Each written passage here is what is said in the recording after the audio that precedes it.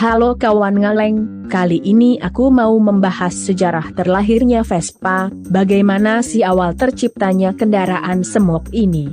Yuk, kita simak videonya, let's go. Tapi sebelum lanjut ke video pembahasan, alangkah senang dan semangatnya Mimin jika kawan-kawan mau subscribe, tekan tombol lonceng dan di like hihihi. Selamat menyaksikan video Hedin. Vespa dikenal banyak orang di dunia sebagai kendaraan klasik asal Italia. Namun Vespa kembali populer di era saat ini dengan munculnya sejumlah produk Vespa Matic yang digandrungi anak muda. Modelnya yang unik dan bervariasi serta ketahanan mesin menjadikan banyak orang ingin memiliki atau sekadar mengoleksi motor Vespa. Namun tahukah bahwa Piaggio, perusahaan pembuat Vespa awalnya adalah pembuat pesawat tempur?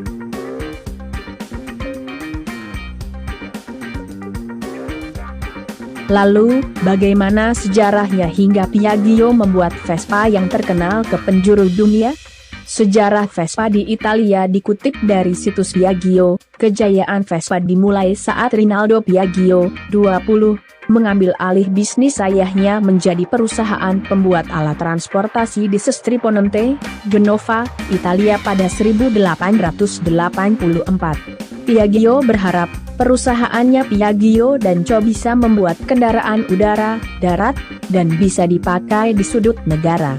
Dari kereta api hingga pesawat pada awal abad ke-20, Piaggio sibuk memasok furnitur untuk kapal mewah Italia dan asing, tetapi Rinaldo merasa bahwa sektor ini menawarkan kesempatan terbatas untuk pertumbuhan. Akhirnya, ia memutuskan untuk memperluas ke sektor kereta api, membangun dan memperbaiki gerbong. Hal ini membuatnya membentuk tim insinyur dan teknisi perbaikan yang luar biasa. Peristiwa Perang Dunia I membuat Piaggio melirik sektor penerbangan. Pada awal tahun 1915, Piaggio mulai memperbaiki dan membangun pesawat amfibi, kemudian mengakuisisi perusahaan penerbangan yang berbasis di Pisa, Italia pada tahun 1917. Piaggio lalu bertemu dengan seorang desainer dan insinyur aeronautika Giovanni Pagana. Dari kerjasama itu muncul pesawat tempur monoplane P2, Piaggio 2, dan evolusi P7 berikutnya, pesawat amfibi bala Piaggio dan P108 bermesin 4, akan menjadi pesawat besar buatan Italia terakhir sebelum Perang Dunia II. Enrico Piaggio membuat Vespa pada tahun 1944, dan mendekati akhir Perang Dunia II perusahaan Piaggio diteruskan oleh anak Rinaldo yakni Enrico Piaggio. Dari sisa-sisa onderdil pesawat tempur pabrik buatan ayahnya, lalu ia menemukan ide membuat kendaraan skuter. Upaya pertama adalah skuter yang dirancang oleh Renzo Spolti dengan kerangka penahan beban MP, Moto Piaggio, dalam iterasi MP1 dan MP5-nya, dijuluki Paperino. Tidak yakin, Enrico meminta Corradino de Ascanio untuk melihat kembali desainnya. Setahun kemudian melihat dimulainya produksi kendaraan roda 2 yang akan membuat sejarah, Vespa 98. Ide awal pembuatan Vespa dikutip dari Italiantisdai.com. Enrico membangun kembali pabrik Pisa dan Pontedera untuk mengambil keputusan berani untuk beralih dari memproduksi pesawat ke sepeda motor. Awalnya dia terkesan dengan kelincahan sepeda motor militer kecil buatan Amerika yang dijatuhkan dengan parasut untuk digunakan oleh pasukan sekutu di darat saat mereka berperang melawan Jerman di Melon dan Turin, dan meminta perancangnya untuk membuat sesuatu yang serupa untuk penggunaan sipil. Corradino de Ascanio, seorang insinyur penerbangan, akhirnya merancang Vespa. De Ascanio sebenarnya bukan penggemar sepeda motor. Menurutnya motor kendaraan yang kotor dan sulit untuk dikendarai dan dirawat, jadi dia mulai menghilangkan semua elemen yang tidak disukainya. Prototipenya menampilkan roda kecil, kursi besar yang empuk, mesin yang benar-benar tertutup, dan pelindung tinggi di bagian depan, melindungi pakaian pengendara dari debu dan lumpur. Ia memindahkan mesin dari posisi sentral tradisionalnya, yang mengharuskan pengendara mengangkangi mesin saat pemasangan, ke posisi di samping roda belakang. Hal ini menciptakan celah antara setang dan kursiang, memfasilitasi pemasangan yang mudah dan bertahap bahkan untuk wanita yang mengenakan rok. Nama Vespa, Tawon. Enrico melihat bentuk bodinya yang khas, mendengarkan dengungan mesin, dan langsung berkomentar bahwa itu mengingatkannya pada Una Vespa, seekor tawon. Vespa langsung populer. Pada tahun pertama produksinya, pada tahun 1946, Piaggio memproduksi hanya di bawah 2.500 mesin. Pada Juni 1956, 1 juta Vespa telah diluncurkan dari jalur produksi. Ketika Italia merangkul kebebasan dan optimisme yang datang dengan perdamaian, Vespa menjadi simbol bangsa, hampir menjadi aksesori fashion untuk pria tampan dan gadis cantik. Citranya seolah menghiasi sampul jurnal gaya seperti majalah sepeda motor. Viral setelah jadi properti film, popularitasnya menyebar ke seluruh dunia, terutama setelah Audrey Hepburn dan Gregory Peck berkeliling Roma dengan salah satu film tahun 1953, Roman Holiday. Selain Italia, Piaggio menemukan pasar besar lainnya untuk mesin di Inggris, di mana ia menjadi alat angkut pilihan untuk gerakan mod yang sadar gaya pada tahun 1960-an.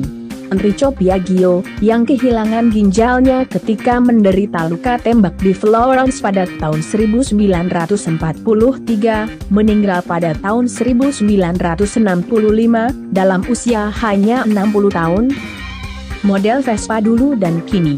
Dikutip dari situs resmi Vespa, berikut 10 model motor skuter Vespa pertama kali hingga kini. 1. Vespa 98, 1946. Pada April 1946, Vespa memperkenalkan skuter pertamanya di klub golf di Roma. Penjualan pertama Vespa dikelola melalui jaringan dealer kecil. Kedua, Vespa 125, 1949. Pada akhir tahun 1947, Enrico Piaggio memutuskan untuk menghentikan sepenuhnya produksi Vespa 98, dan hanya melanjutkan dengan 125 untuk pasar Italia dan internasional. Ketiga, Vespa Montleri, 1950. Untuk mempromosikan citra sporty Vespa, Piaggio mengalihkan fokus penonton untuk memecahkan rekor baru. Pada tanggal 7 April 1950, di sirkuit Prancis Montleri, selama 10 jam pengujian dan 3 pembalap yang bergantian mengendarai, Vespa memenangkan rekor waktu dunia, kecepatan rata-rata 134 km/jam, balapan 100 mil, kecepatan rata-rata 129,7 km/j, balapan 500 mil. Kecepatan rata-rata 123,9 km/jam, dan balapan 1000 km, kecepatan rata-rata 124,3 km/jam. Dengan kendaraan serupa sirkuit Vespa 125 dengan rangka alloy tahun 1949, Mazzocchini meraih hasil gemilang di ajang balap sirkuit. Keempat, Vespa 150 Sidecar, 1955. Vespa dengan sespan memungkinkan perjalanan yang stabil dan nyaman dalam jarak jauh. Sespan terbuat dari baja lembaran dan dirakit dengan tangan dan dipasang ke Vespa dengan tabung tunggal. Kelima, Vespa 400, 1957. Di puncak kesuksesan Vespa, Piaggio memutuskan untuk mengakses dunia roda 4. Itu selalu menjadi tujuan Corradino de Ascanio untuk merancang Vespa 400 kecil, sebuah mobil dengan mesin 2 langkah di bagian belakang. Diluncurkan pada tahun 1957 dan Piaggio memproduksi 30.000 unit model ini.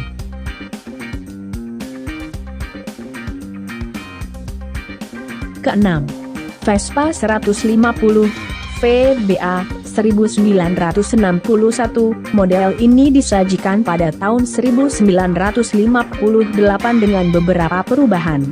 Warnanya mirip dengan pendahulunya, biru metalik, namun panel samping dihiasi dengan beberapa ventilasi udara aluminium dan lampu belakang lebih besar dan sepenuhnya dikrom. Model ini menjadi sukses besar berkat keanggunan dan fungsinya, dan memulai debutnya selama Olimpiade di Roma pada tahun 1960.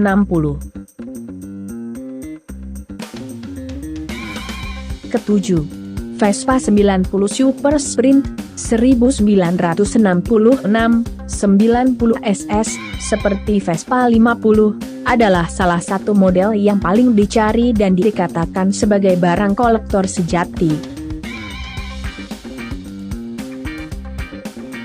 Kedelapan, Vespa Primavera ET3, 1976, ukuran kecil dari Vespa ET3 Primavera, mirip dengan Vespa 50 CC, memastikan kemampuan manuver yang lincah dan penanganan jalan yang sangat baik. Ini dikembangkan pada tahun 1970-an untuk pasar anak muda dan mencakup detail seperti pelana denim.